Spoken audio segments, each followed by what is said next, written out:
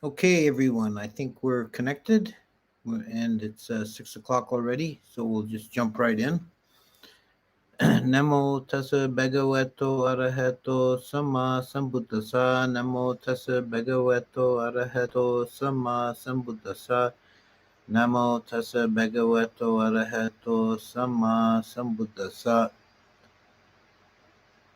Okay, so we're continuing on the series of the stages of insight, based on the system um, found originally in the Majjhima Nikaya and then elaborated in the Visuddhimagga, and the best modern presentation of these stages is the Mahasi Sayadaw book, Progress of Insight. And we've gotten through the first few uh, knowledges.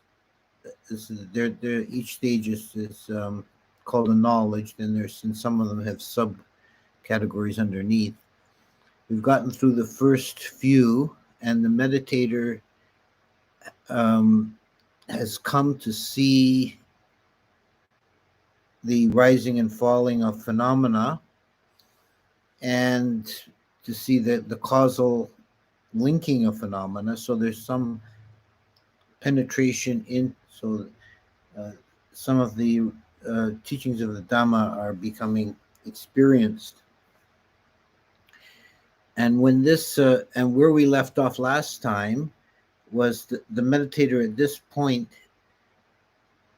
very often experiences what are called the 10 corruptions of insight, uh, which is, they're called corruptions because the mind of the meditator can become attached to them or confused by them, but they are in themselves not really defilements. They're actually mostly very pleasant. There's the most characteristic one is the seeing of a bright light, and other ones include an upswelling of faith, a feeling of being energized, and so forth.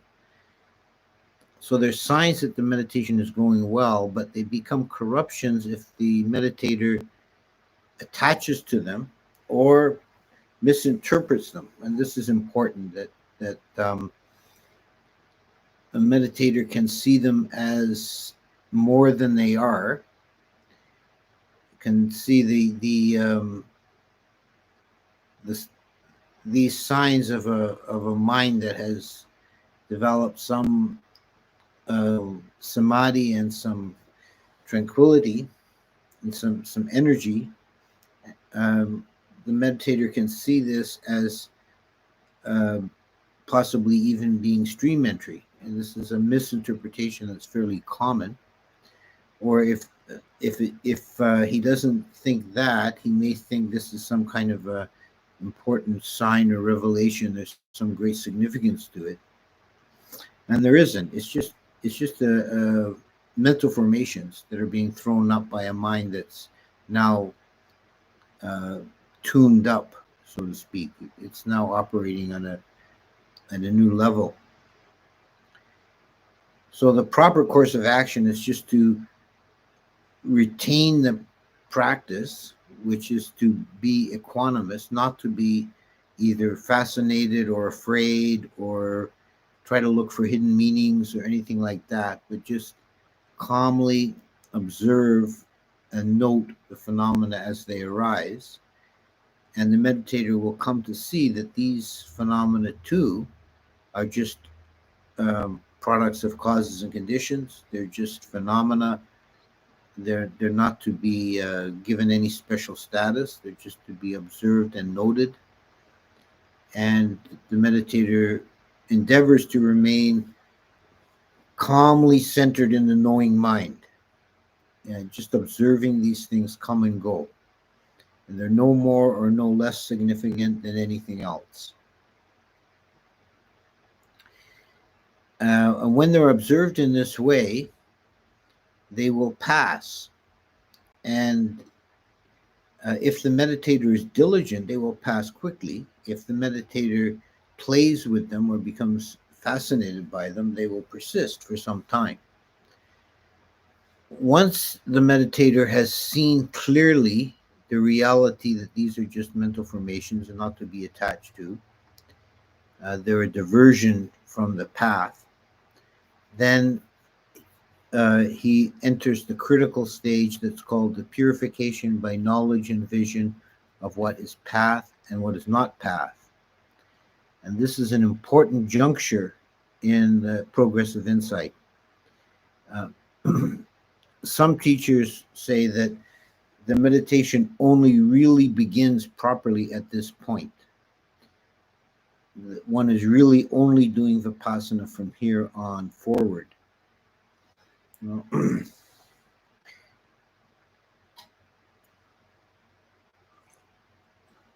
the phenomena will cease, and the meditator will return to just observing the course of objects arising and passing in the mind, and knows that this is the path. Playing around with interesting phenomena is not the path, it's diversion.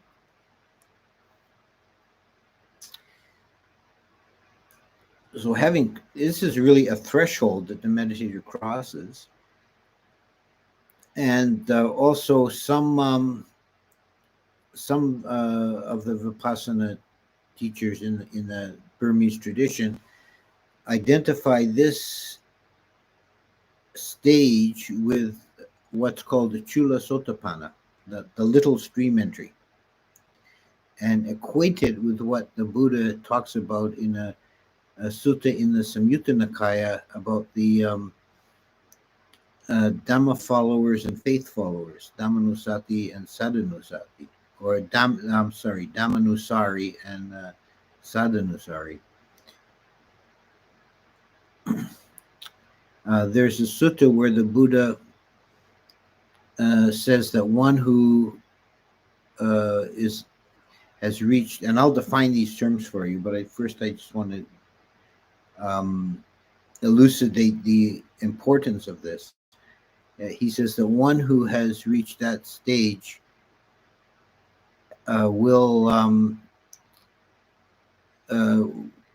be purified to the extent that they will never commit heavy bad karmas and go to a lower realm. So they're assured of a human rebirth or better.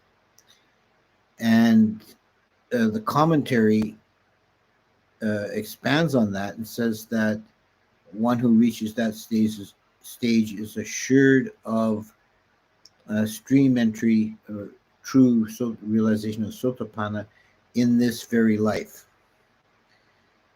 So whatever significance we follow on that, it is certainly a very important breakthrough.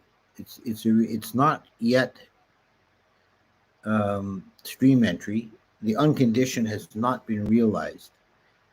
It's still a samsaric stage, but it marks the true beginning of the movement towards awakening. Now there are these two types that are mentioned in the Samyutta Nikaya, the faith follower and the Dhamma follower. And this is they both have the characteristic that one has very strong confidence or faith or understanding of the teachings, and particularly mentioned are the teaching of impermanence, which we could extrapolate to the other characteristics as well, suffering and not self. But impermanence is mentioned, and causality or dependent origination is mentioned. So we've seen that in the previous stages of progressive insight, that the meditator is getting realizations of these things, beginning to understand by observation the way the phenomena that arise to the mind is First of all, it's impermanent. It comes and goes. It's constantly changing. Nothing persists. And if it's seen with very sharp insight, one sees that nothing persists for longer than a single moment. And the meditator also sees that things don't arise randomly, but that they arise due to causes and conditions. That there's a pattern of reality. So the faith follower is one who takes these realizations on faith very strongly. Really believes, is motivated by the quality of saddha, and has faith in the teaching, and feels a reliance upon the teaching in that way. The Dhamma follower is one who,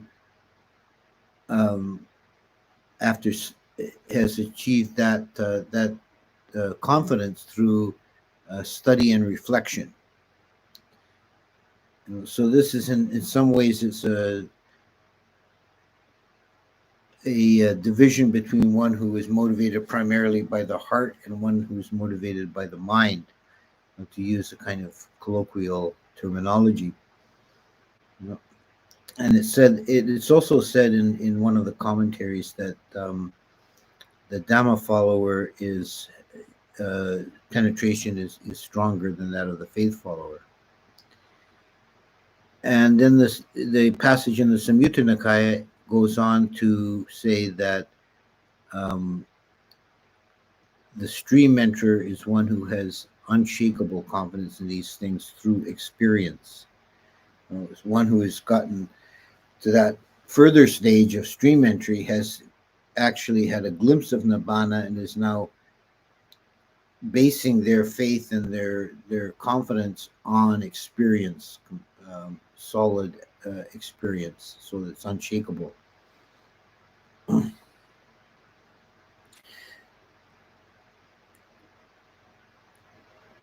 But the importance at this point in the practice is that one has crossed, and by reaching the stage of what is path and what is not path, one has crossed an important threshold and has now is now working from a basis of a solid confidence in the Dhamma. And there's a kind of a sense in the mind, a realization, let's say, that what the person is experiencing now makes sense. It isn't just kind of random, strange noise in the mind. It's now, okay, this arises out of causes and conditions, and it's impermanent, and it fits. It makes sense. The Dhamma is seen as something real and experiential. So one other important point to add here is in the Visuddhimagga section on this stage, it talks about the meditator now experiencing what the Visuddhimagga calls comprehension by groups, which really means that the realization is generalized. So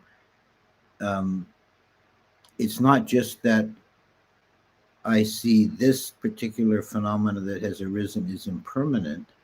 I generalize from that and say, oh, so all phenomena are impermanent.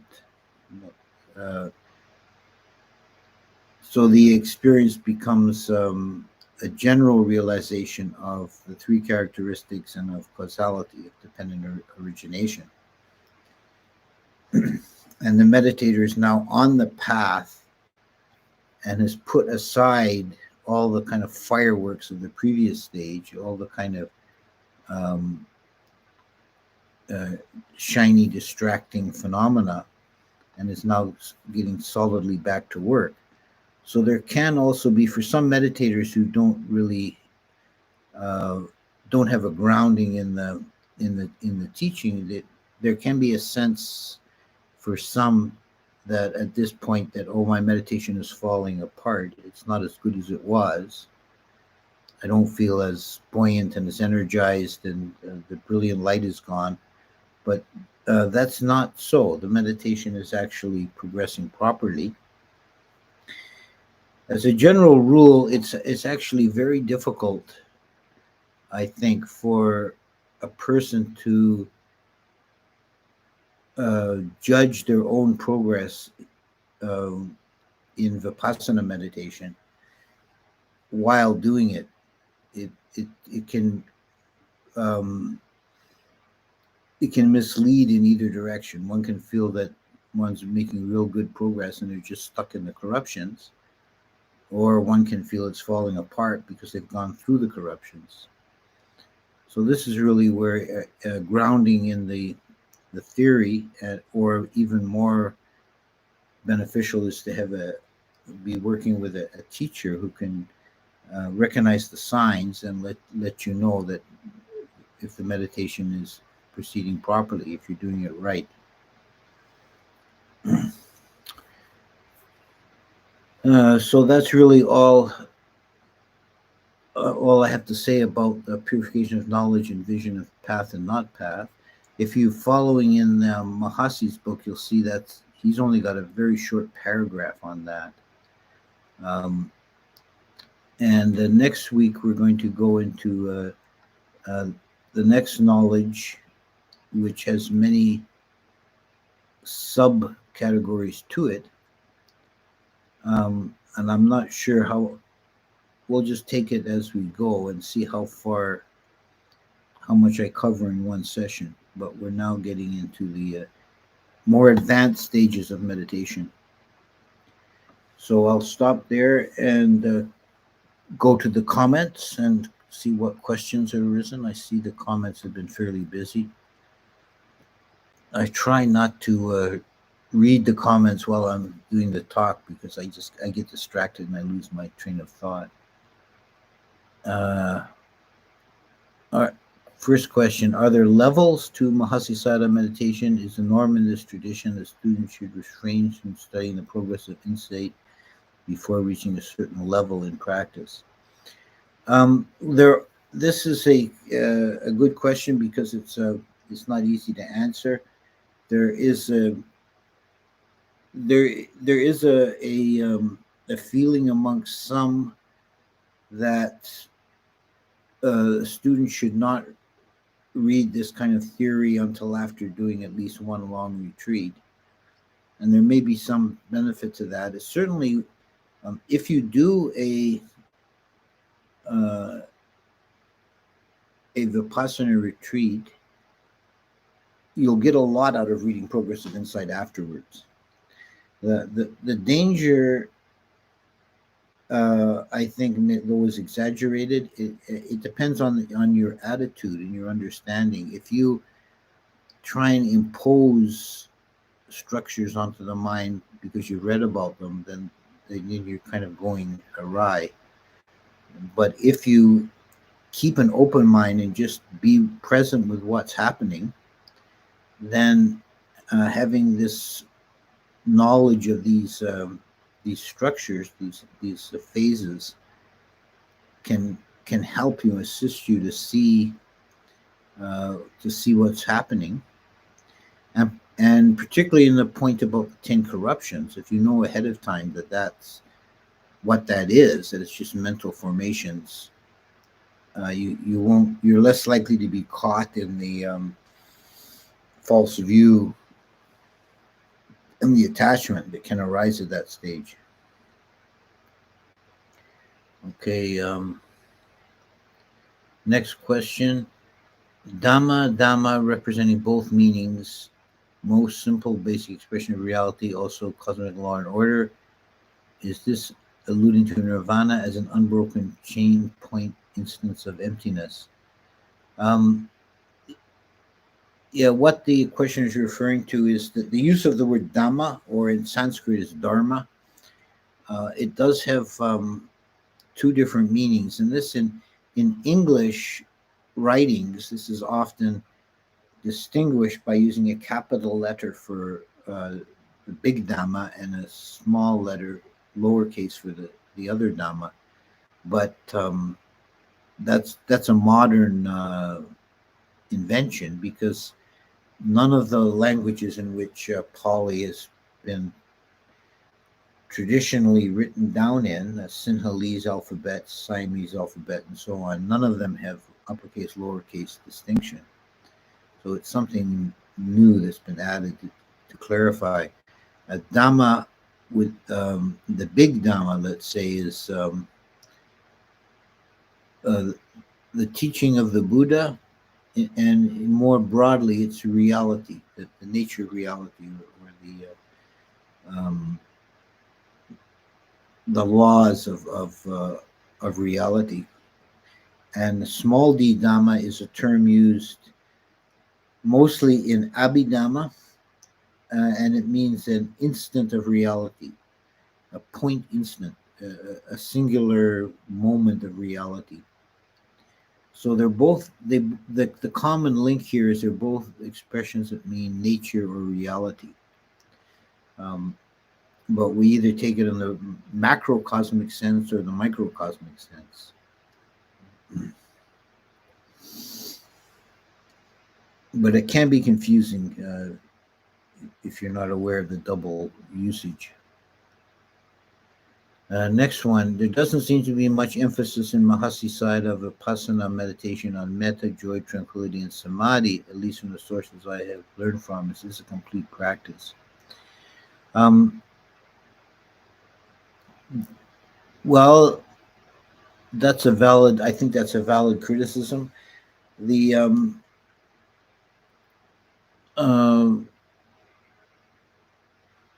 I think that I don't really, I can't really say. I haven't been to Burma. I haven't practiced in Burmese monasteries. I don't know how they actually do it, whether they have also teachings on samatha practice. But the way it's been emphasized in the West, the Mahasi tradition has called itself a bare insight tradition. That Vipassana only has been emphasized. And there is some support for this in writings of Mahasi that I have read. He does seem to talk exclusively about Vipassana practice. And this is not entirely unsupported in the scriptures either. I would say that, because the Buddha does mention, when he talks about different types of practices or different types of practitioners, one of the ones he mentions is the bare insight practice, but he doesn't, as we often find in the suttas, there's no explanation or expansion of that.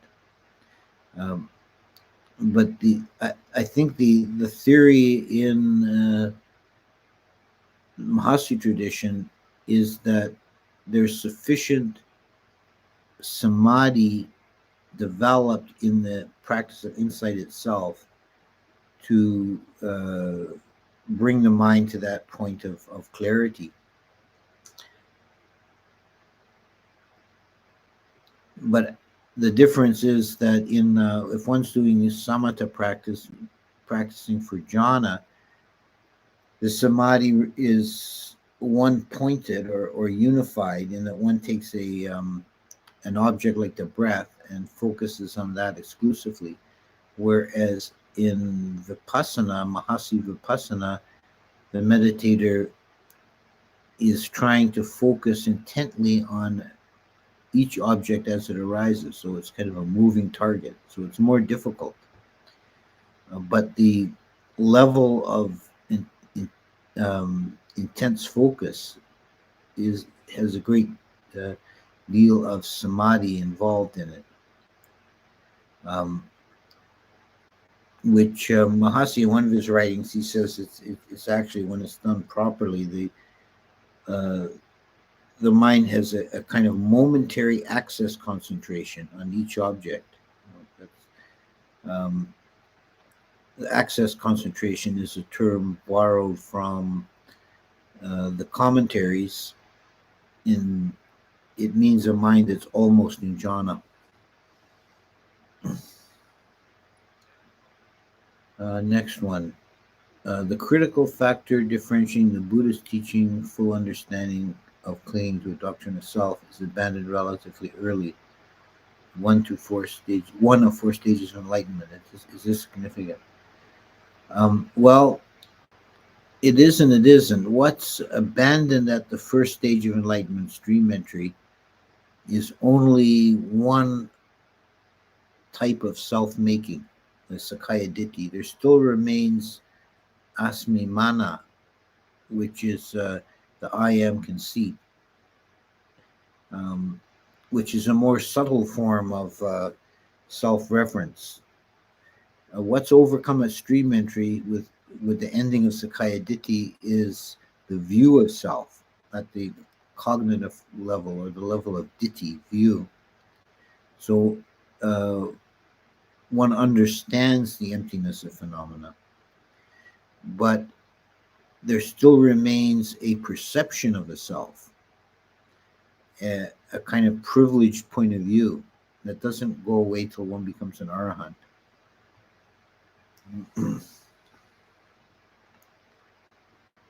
Okay, let's see.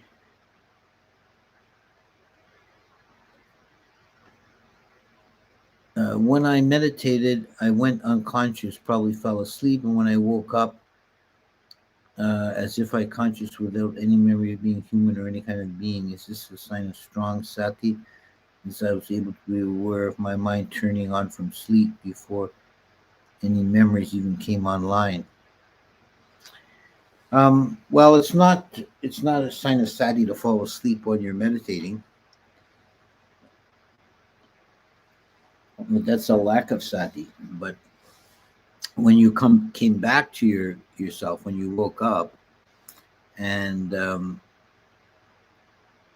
if you had this experience of a momentary sense of being conscious and awake without any reference to yourself as a human being, or identified by your name or your position, whatever, just kind of the pure being, that's actually an important insight. If you can get behind all the factors of identity, it's like the Zen koan about what was your face before you were born. I'm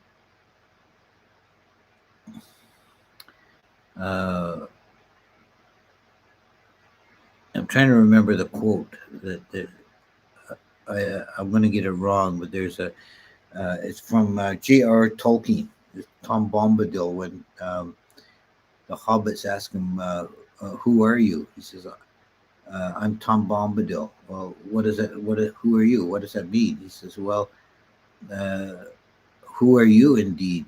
He turns this back to Frodo. Who are you? By yourself, alone, naked, and nameless. It's just pure being. By meditating in this way, is one pointedness, or a better term, ever achieved? Well, I sort of answered that, talking about Jhana, but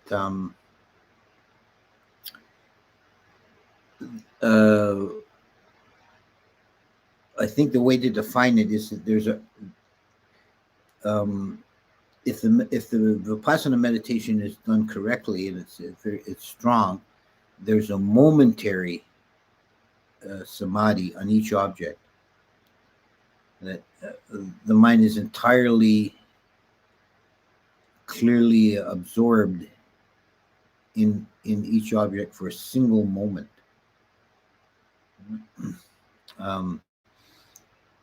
Which is actually quite difficult to do, but that's just the what the meditator should be working towards. May I ask, is Zen meditation a form of Vipassana? Uh,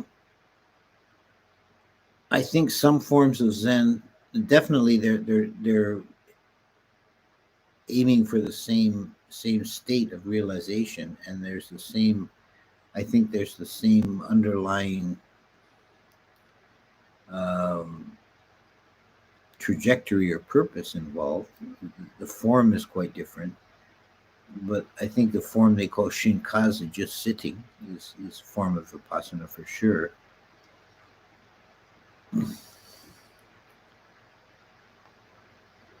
Let's see. Next question.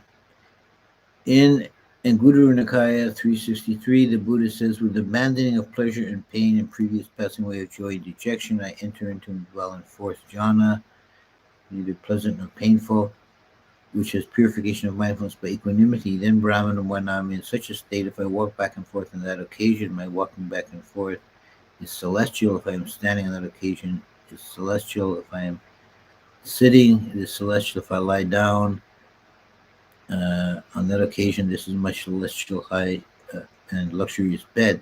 This is saying essentially that we can be in jhana while walking around. How is that possible?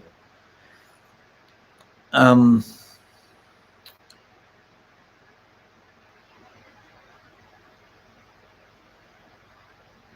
well, I think that maybe you have some misunderstanding of jhana.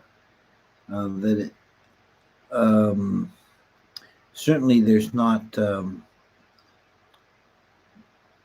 absence of mundane activity, but jhana can really is possible in any posture, which would include walking. Um, but it's possible, in that state of mind, to be walking without actually being active in the mundane sense. It's just a body moving. Next question. I have practiced this method for a few years and see benefit in it, but at times it just feels like too much mental activity with all the noting. Like I am turning off my thinking and replacing it with noting. Am I doing something wrong? Okay, that's an excellent question about practice. And I think, yeah, that's an important one. Um,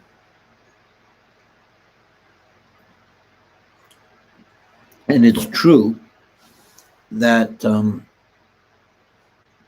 at some point, when the mind becomes very quick and sharp, the noting becomes a hindrance. It's like the simile of the raft. You use the raft to get across the river, but you don't carry the raft up on your shoulders up onto the bank.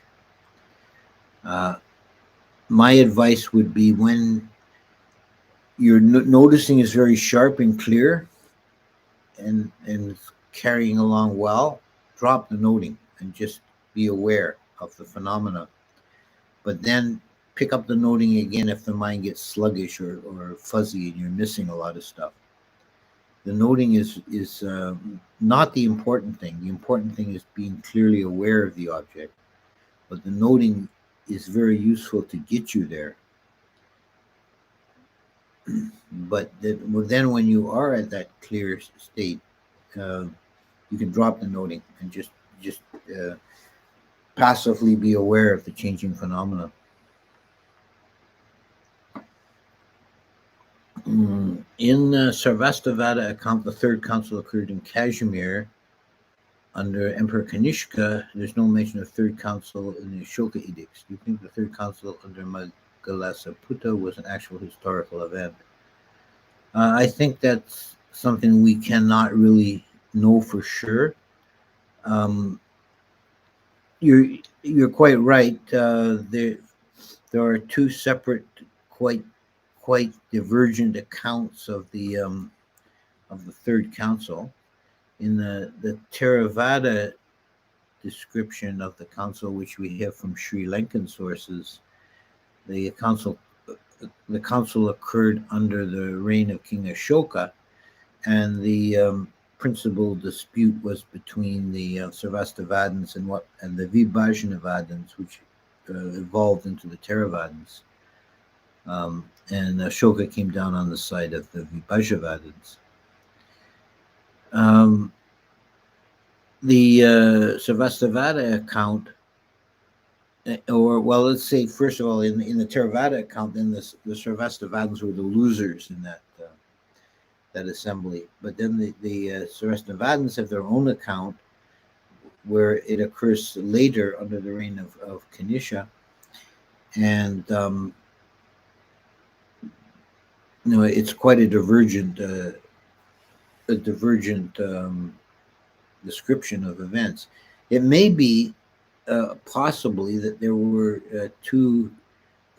both councils actually occurred because they are separated in time by something like 100 years. They may have both occurred, and the Sarvastivadins just didn't count the third council as a proper council, so they just wrote it out of their history. And the Theravadins never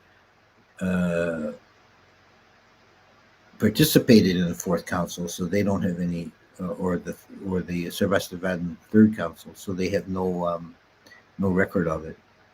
It's possible, but these all the history of India in that period is quite muddled and vague, and we can't really know for sure. There's also two separate accounts of the second council.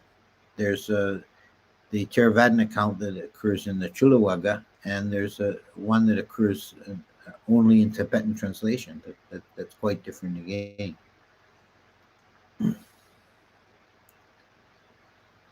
Okay, let's see where we go from there.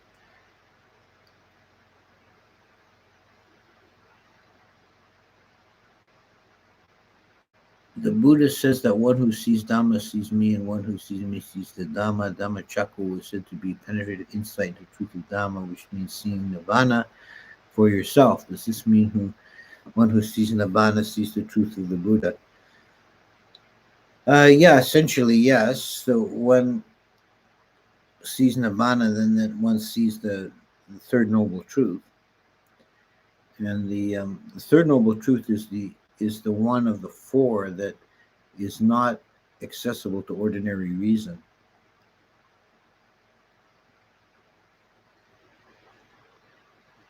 Even though, let's see, passing through the corruption seems like peeling away the skins of an onion, but when you peel away the skin, there's nothing there. Okay. Statement. It says somewhere in the sutta we should master a state of jhana before going on to next jhana. How is it possible to master jhana stage without accidentally going into the next jhana? I'm not sure that that's actually in the sutta. I know that's in the commentary. There's a. I'm not sure whether that's actually originally in the sutta that one has to master the jhanas one by one. But I know that that's the tradition in the very much emphasized in the Suddhamagga, for example. But the way I see that the description of the stages I see that the Suddhamagga is often too sort of cut and dried. I think the actual experience of people is more fluid. And I think that dividing the jhana up into the four stages is in some ways, it's a useful kind of heuristic tool, but in some ways it's not a real expression of the reality of experience. I think it's more like a spectrum of deeper and deeper samadhi. So one stage fades into the other. Next, how would understanding of non-duality acquired from Advaita Vedanta help or hinder someone trying to overcome personality view? Well, I think it would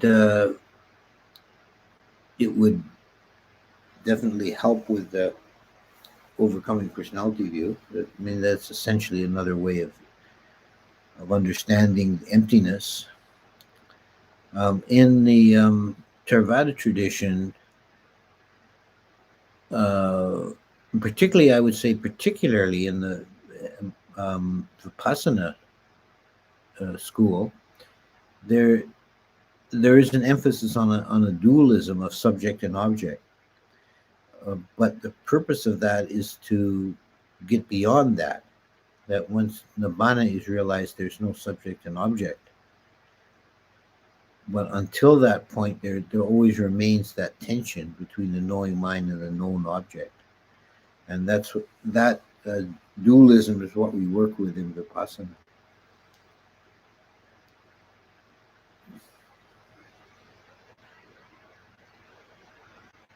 Chenmaya Sayadaw, senior disciple of Mahasi, suggests beginning with a few of the recollections and metta meditation and switch to Vipassana. So some samatha practice there. Thank you. I wasn't aware of that. But that makes sense. I I think that's a sensible way to practice. Is there a difference between deep samadhi and a glimpse of nibbana? Yeah, there is a difference. The Buddha said that jhana has the taste of nibbana. So there's a similarity. There's a kind of a resonance. But it's not nibbana. Jhana is not nibbana, even though it's tending in that way, and the experience has some similarities, but it's not the same thing. Why do you think a meditator's awareness could at times get so sharp that ultimate materiality being clearly seen with the mind's eye, yet not slip into nibbana? Well, we're going to get into that probably in a couple of weeks about the final stages and how one actually realizes nibbana. But just to kind of jump ahead a bit in the sequence, a bit of a spoiler alert. At the stage of equanimity about formations, the mind can realize nibbana, but there's at that stage nothing you can do to hasten it. It just occurs when it occurs. It's not something that the meditator can actually do. All you can do is prepare the ground.